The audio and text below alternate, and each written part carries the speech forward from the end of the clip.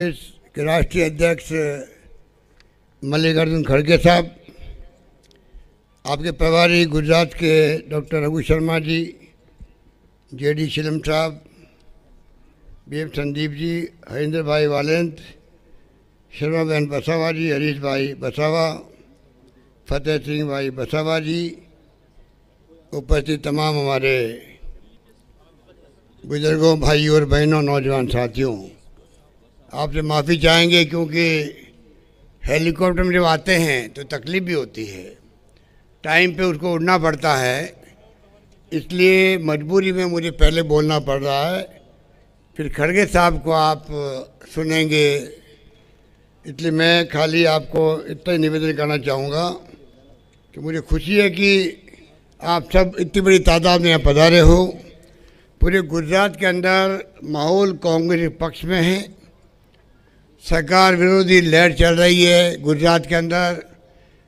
पिछली बार मैं राहुल गांधी जी के साथ में यहाँ प्रभारी था आपका, तब जो सरकार के खिलाफ माहौल था उससे ज़्यादा माहौल इस बार गुजरात में दिख रहा है।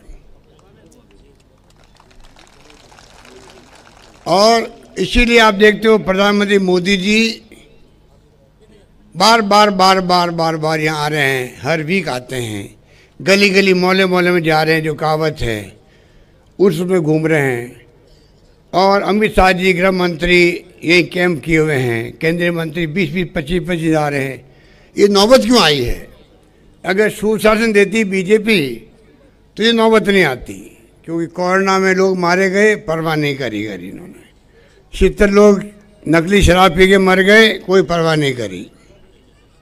मोरबी में 135 लोग मर गए, जांच तक नहीं बिठाई हमारी मांग पर। हाई कोर्ट जज की जांच होती, दोषी पकड़े जाते तो कम से कम आगे भय रहता लोगों में, अगर लापरवाही करेंगे तो जेल जा सकते हैं, वो भी काम नहीं कर रहे। आर्थिक स्थिति खराब है, राहुल गांधी यात्रा कर रहे हैं, किसके लिए कर रहे हैं? पूरे देश के लिए कर रहे हैं, उसमें गुजरात भी आता है। यात्रा किस बात की है? महंगाई कमर तोड़ चुकी है लोगों की, भयंकर महंगाई है, बेरोजगारी भयंकर है। माँ बाप पूछते बेटों का क्या होगा बड़े होने पर, नौकरी ना प्राइवेट है ना गवर्नमेंट की है, ऐसी आर्थिक स्थिति बन गई गुजरात की। छोटे छोटे उद्योग भी बंद हो गए हैं। ऐसे हालात में गुजरात चल रहा है। कोई जमाने में बहुत मजबूत राज्य था ये, 27 साल से ये बैठे हुए हैं सरकार के अंदर। एक मौका दोगे आप कांग्रेस को तो आप देखेंगे कि मोदी जी को भी चिंता लगेगी, एनडीए गवर्नमेंट के मंत्री को चिंता लगेगी हम हार क्यों गए गुजरात के अंदर, क्योंकि महंगाई की हमने चिंता नहीं करी, बेरोजगारी की चिंता नहीं करी, देश में शांति, भाईचारा, प्यार, मोहब्बत होना चाहिए, जो राहुल जी कहते हैं हिंसा नहीं होनी चाहिए राजनीति के अंदर। ये राहुल जी की यात्रा का उद्देश्य है। तीनों उद्देश्य वही है जो आम नागरिक सोचते हैं कि देश के अंदर आर्थिक विकास हो, रोजगार मिले, महंगाई कम हो और शांति भाईचारा कायम रहे। इसलिए मैं कहना चाहूँगा आपको, एक मौका है आपके सामने, आप आशीर्वाद दीजिए कांग्रेस के हमारे उम्मीदवारों को, जरमा बहन को, हरीश भाई को, फतेह सिंह जी को कामयाब कीजिए, सरकार बनाइए कांग्रेस की। और आपको मैं अंत में कहना चाहूँगा, जो वचन कहे हैं राहुल गांधी जी ने, आपको 11 वचन कहे गए हैं। 1040 से मिलता सिलेंडर कांग्रेस देगी, 500 रुपये में सिलेंडर देगी, ये वादा किया गया जनता से। राजस्थान की तरह बीमा हिंदुस्तान भर में ही नहीं है, केंद्र में 5 लाख का बीमा है, आधी जनता को भी नहीं है। राजस्थान में हमने पूरे प्रदेशवासियों को 10 लाख का स्वास्थ्य का बीमा किया है। आपके यहाँ भी लागू होगा, 10 लाख तक का इलाज आप फ्री करवाएंगे, कोई पैसा नहीं लगेगा आपका। किसानों के कर्जे माफ होंगे, 4 लाख रुपये मिलेंगे प्रति परिवार को जिनके घर पे कोरोना में डेथ हो गई है। शिक्षा के क्षेत्र में काम होगा, आप मान के लो, शिक्षा हो, स्वास्थ्य हो, सड़कें अच्छी बने, पानी की समस्या खत्म हो, बिजली की समस्या नहीं आए और साथ में रोजगार मिले लोगों को और महंगाई की मार कम हो। ये तमाम मुद्दों को लेकर के हम आपके बीच आए हैं। इसलिए मैं अपनी बात यहीं ख़त्म करूंगा और खड़गे साहब को रिक्वेस्ट करूंगा आप पधारें और हम सबको संबोधित करें। खड़गे साहब।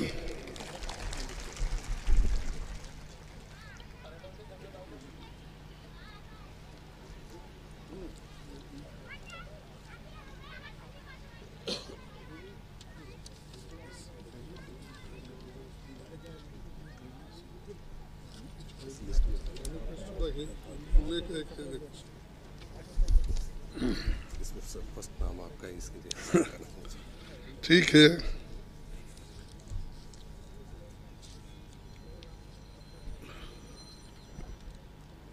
इस मंच पर पधारे हुए राजस्थान के मुख्यमंत्री जी, हम सब के चाहते लीडर और गुजरात के चुनाव में जो वो मन लगा के काम कर रहे हैं, ऐसे नेता अशोक गहलोत जी और इंचार्ज सेक्रेटरी इसकी गुजरात के इलेक्शन की प्रभारी जो है डॉक्टर रघु शर्मा जी, जेडी सेलम जी, बीएम संदीप जी, हरेंद्र भाई वालन जी, श्रीमती जरमा बेन जी, हरीश भाई वासवा जी, फतेह सिंह भाई वासवा जी और हमारे महाराष्ट्र से पधारे हुए बैकवर्ड के नेता श्री हमारे मोंगे जी और मेरे साथ आए हुए श्री हमारे एमपी साहब नासिर हुसैन जी और इस मंच पे बैठे हुए बाबा सिद्दीकी जी और सारे नेतागण हैं। समय के अभाव से मैं सारे लोगों का नाम लेने के लिए मुश्किल है, इसीलिए मैं माफ़ी चाहता हूं। यहाँ पर जो आज खास कर इस भाग के मतदाता और जो मेरे आदिवासी भाई हैं, बहनें हैं और सारे जो मन लगाकर हमारी चार बात सुनने के लिए आए हैं, आप सभी का मैं तहे दिल से स्वागत करता हूं, शुक्रिया कहता हूं, क्योंकि आप इतने धूप में आए बैठे और हमारी बात सुन रहे हैं। भाइयों, गुजरात के लिए ही नहीं बल्कि सारे देश के लिए ये चुनाव महत्वपूर्ण है। इसलिए महत्वपूर्ण है कि आज बीजेपी सरकार यहाँ पर 27 साल से हुकूमत कर रही है और 27 साल में जनता की समस्या अगर हल नहीं कर सकती तो जनता को यह अधिकार बाबा साहब अंबेडकर ने अपने संविधान में दिया है, इनको 5 साल के बाद निकाल फेंकने का। तो आपको यह अधिकार है कि अच्छी सरकार को चुनने का। और हमेशा डबल इंजन सरकार की बात करते हैं यहाँ, वो भी प्रधानमंत्री जी। अरे ठीक है भाई, आपका डबल इंजन बहुत दिन से चल रहा है यहाँ, 8 साल तो आप डबल इंजन में हैं, उससे पहले भी आप सरकार में थे। अगर डबल इंजन लगाने के बाद भी अगर एक गाड़ी नहीं चलती है तो उस गाड़ी को निकाल के दूसरे नए इंजन लगाने वाले गाड़ी को लाना चाहिए। और बीच में और भी लोग आए हैं, कहीं और दिल्ली से उधर इधर से भी लोग आकर बीच में टांग मार रहे हैं। लेकिन आपको सोचना है कि जो पार्टी, कांग्रेस पार्टी इस देश को बनाई, महात्मा गांधी जी ने आजादी दिलाई, वल्लभ भाई पटेल ने देश का एकता बनाने का पूरा काम किया, नेहरू जी ने लोकतंत्र की बुनियाद डाली और उसको चलाया, और उसीलिए पूरा देश आजाद होने के बाद लोकतंत्र के अनुसार चल रहा है। उसीलिए यहां पर बहुत से जो काम हुए पहले कांग्रेस के पीरियड में, वो मजबूती के साथ हो गए। ऐसा नहीं हुआ कि आज पुल रिपेयर करे कल गिर गया, ऐसा कोई हमारा काम नहीं है। हमारा काम मजबूत है, देश को मजबूती से हम रखे हैं। फिर भी हमको पूछते हैं, खासकर मोदी जी और शाह, 70 साल में कांग्रेस ने क्या किया? अरे भाई, 70 साल में अगर हम कुछ नहीं करते तो आप लोकतंत्र नहीं पाते थे। और आपके जैसा आदमी जो आप हमेशा क्लेम करते हैं, मैं गरीब हूं, मैं वो, हम भी गरीब है, हम तो गरीब से गरीब है, हम तो अछूतों में आते हैं। कम से कम तुम्हारी चाय तो कोई पीता है, मेरी चाय भी नहीं पीता कोई। और फिर बार आप बोलते हैं कि मैं गरीब हूं, मेरे को किसने गालियां दिया, मेरी किसी ने कुछ कहा, मेरे को कुछ, तेरी हैसियत क्या है कहा। अरे ऐसे बात कह के अगर आप सिंपैथी जमाने की कोशिश करें तो लोग अब होशियार हो गए, उतने बेवकूफ नहीं है। एक बात चलती है, एक बार अगर झूठ बोलेंगे लोग सुन लेंगे, 2 बार भी बोलेंगे तो भी सुन लेंगे। कितने बार झूठ बोलेंगे? झूठ पर झूठ, ये झूठों के सरदार है। और ऊपर से बोलते हैं ये लोग देश को लूटे कांग्रेस वाले। अरे आप तो लूट रहे हैं, गरीबों के जमीन लूट रहे हैं, आदिवासियों को जमीन नहीं दे रहे हैं। जमीन, पानी और जंगल, उसको खत्म करने वाले कौन हैं? आप अमीर लोग, और आप जिनके साथ हो, अमीरों के साथ, वो लोग हमको लूट रहे हैं। पहले उनको बोलिए। और इस देश में चंद लोग, 134 लोगों के पास इस साल 30 लाख की आमदनी बढ़ी है। 134 लाख। अब आप 84% लोगों का देखिए, कहां है वो लोग? उनकी कोई आमदनी नहीं है, 27, 30, 40 ऐसा कुछ, और कुछ ना कुछ बोलते हैं। सरदार पटेल को ये लोगों ने दूर रखा। अरे सरदार पटेल, जवाहरलाल नेहरू जी, महात्मा गांधी जी ने मिलकर इस देश को आजादी दिलाई और हिफाजत से रखा। और बार बार भाई, कभी मैं पूछता हूं, जिस पंडित जवाहरलाल नेहरू जी का तो छोड़िए, क्योंकि वो हमेशा उनके खिलाफ बोलते हैं, कभी आरएसएस के ऑफिस में, बीजेपी के ऑफिस में वल्लभ भाई पटेल की फोटो कभी लगाए 20-30 साल पहले? कभी उनके बारे में वो कहते थे कि या वो अच्छे थे? कभी नहीं।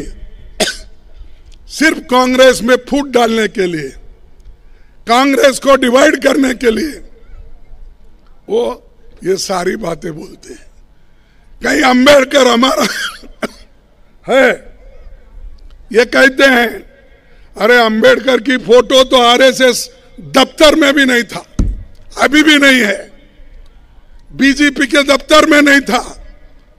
अब वोटों के लिए उनको नमन करते हो, कहते हो अंबेडकर जी को हमने सब कुछ यहां पर क्या है, हाँ, अंबेडकर जी को ये कभी नहीं चाहे, उल्टा हमेशा उनका खिलाफ काम करने वाले वो हमको आज बोल रहे हैं कि बाबा साहब अंबेडकर के बारे में, वल्लभ भाई पटेल के बारे में, महात्मा गांधी जी के बारे में। अरे महात्मा गांधी जी को गोली से कौन मारा? उनकी जान किसने ली? बताओ किसने लिया? गोडसे ने लिया। गोडसे कौन थे? इनके सभी नजदीक के लोग थे। आरएसएस और पहले जो जनसंघ कहा जाता था या हिंदू महासभा कहा जाता था, उन्हीं के लोगों ने तो गोली से मार दिया महात्मा गांधी जी को। अब महात्मा गांधी जी के बारे में बहुत प्यार आपको आ रहा है, गांधी जी का इंसल्ट, गुजरात का। अरे गुजरात बनाने वाले भी महात्मा गांधी, गुजरात बनाने वाले भी नेहरू जी, गुजरात को बनाने वाले भी वल्लभ भाई पटेल। और मैं एक बात पूछता हूं, अगर कोई कहीं किसी सभा में आप लोगों को मोदी और शाह साहब मिले तो पूछो, क्या साहब इस गुजरात को मोरारजी देसाई ने कुछ नहीं किया? मेहता जी ने कुछ नहीं किया? और जितने लीडर गुजरात के हुए 10-20 अगर मैं गिनते जाऊं तो उन्होंने कुछ नहीं किया। इन्होंने 8 साल में सब कुछ किया या 27 साल में ही पूरा किया? अरे आप 27 साल हुकूमत करने के बावजूद भी लोग भूखे मर रहे हैं। छोटे छोटे बच्चों का हिंदुस्तान में अगर दूसरे बच्चों से कंपेयर करेंगे, सबसे कम पौष्टिक आहार कहां मिलता है? तो गुजरात में कमजोर बच्चे पैदा होते। इसके ऊपर ध्यान है, क्योंकि उन्होंने अदानी और अंबानी को मोटा बनाने में लगाया है, बच्चों की क्या ख्याल करेंगे? तो ये जो है, ये लोग हमको सिखाते हैं। मैं आंकड़ों के साथ उनको कह सकता हूं, लेकिन समय का अभाव है। मैं इंडेक्स दे सकता हूं कि सारे हिंदुस्तान में किस किस राज्यों में बच्चों का पौष्टिक आहार कहाँ है, उसकी हाइट कितनी है और सेक्स रेशियो कितना है, बता सकता हूं। लेकिन मुझे उतने डिटेल में जाना नहीं है। आपसे मैं एक ही विनती करूंगा, क्योंकि आप ये बहुत पिछड़ा हुआ भाग है, आदिवासी लोग ज्यादा रहते हैं, गरीब लोग ज्यादा रहते हैं, और खास करके हमारे युवाओं को नौकरी नहीं। मैं पूछता हूं, 27 साल हुकूमत करने के बाद 8 साल केंद्र में मोदी जी प्रधानमंत्री रहने के बावजूद यहां के युवा उनको क्यों नौकरी नहीं मिल रही, ये सवाल मैं पूछता हूं। सरकार में 5 लाख वैकेंसीज हैं। जब सरकार में 5 लाख वैकेंसीज है तो आप भर्ती क्यों नहीं करते? अब बोल रहे हैं इलेक्शन आया हम इतनी नौकरियां देंगे, और उसमें मोदी साहब तो खुद सर्टिफिकेट बांट रहे बच्चों को अपॉइंटमेंट के। अरे वो काम तो क्लर्क करता है हर डिपार्टमेंट का। हर डिपार्टमेंट में जो अपॉइंटमेंट ऑर्डर क्लर्क इश्यू करता है वो काम आप कर रहे हो। देश में 30 लाख वैकेंसीज है, रेलवे हो, पोस्ट ऑफिस हो, टीचर्स के हो और पैरामिलिट्री के हो, ये सभी अगर आप हिसाब लेंगे, मैं ये हिसाब कहां से लिया? उन्हीं के पास से लिया हूं। स्टार्ड और अनस्टार्ड प्रश्न डाल के जो उत्तर आए हैं उसका पूरा टोटल करके मैं बता रहा हूं 30 लाख वैकेंसीज देश में है। लेकिन आज 45% हमारे युवा जो 18 से 35 साल के अंदर है उनको नौकरी नहीं है।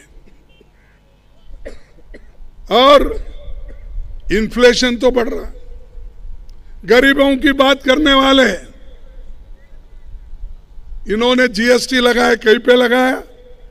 आटे पे जीएसटी, बच्चे जो लिखते हैं नोटबुक पे जीएसटी, रबर पे जीएसटी, दूध पे जीएसटी, आटे पे जीएसटी, तेल पे, हर चीज पे जीएसटी लगाए हैं। और गुजरात बहुत आगे गया बोलने वाले, मैं उनको पूछता हूं, यहां पर पहले 2 लाख रुपए कुछ डेट था इसका, कर्जा, अब तो नजदीक 4.5 लाख है, नहीं 4.5 लाख करोड़। इतना बोझ तुम्हारे ऊपर है। ये वो देने वाले नहीं है, शाह देने वाले नहीं है, मोदी अपने जेब से देने वाला नहीं है, अदानी अंबानी देने वाला नहीं है। ये आपके जेब से ही निकालेंगे, आपको ही वो कर्जा भरना होगा। और ऐसे लोगों को फिर आजमाते हो, जिनको आजमाए हैं आप, जिनको देखे हैं, फिर उनको आजमाने की जरूरत नहीं। एक बार चांस दो कांग्रेस को। कांग्रेस एक गरीबों की पार्टी है। कांग्रेस जो कहती है वो करती है। हम जुमलेबाजी नहीं करते। हमने कहा गरीबों के पेट भरने के लिए खाना देंगे, हमने फूड सिक्योरिटी एक्ट लाया। बच्चों को पढ़ाई के लिए स्कूल कंपलसरी एजुकेशन हमने लाया। जिस मजदूर को काम नहीं मिलता था उसको काम देने के लिए, उसके हाथ को काम देने के लिए नरेगा जैसी योजना लाए या नहीं लाए? तो ये सब हम गरीबों के लिए कर रहे हैं। और हमारे नरेगा योजना का मजाक उड़ाए मोदी जी और शाह जी मिलके, मजाक उड़ाए। अरे ये तो एक नरेगा स्कीम, नरेगा स्कीम, ये जो योजना है ये बेकार योजना बोले। और वही नरेगा कोविड में काम आया। वही नरेगा के वजह से लाखों लोग अपना जीवन बचा लिए। तो भाइयों, समय हुआ है। शर्मा साहब मेरे पीछे बैठे हैं, मेरे शर्ट खींचने का बाकी एक ही है। तो इसीलिए मैं ये आपसे बात करूंगा। और जो हमारी चुनावी घोषणा है वो तो पहले बोल चुके हैं। और जो डेडियापाड़ा से जहाँ जर्मा बेन यहाँ पर कैंडिडेट हैं, और नर्मदा से हरीश वसावा, और जगाड़िया से फतेह सिंह को आप अपना अमूल्य मत दो।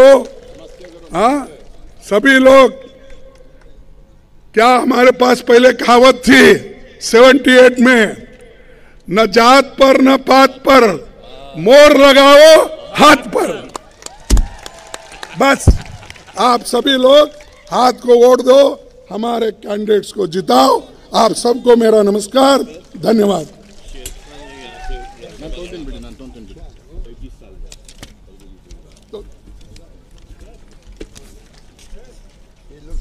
सर ये शेर खान है, 35 साल की उम्र में लोकसभा लड़ा था।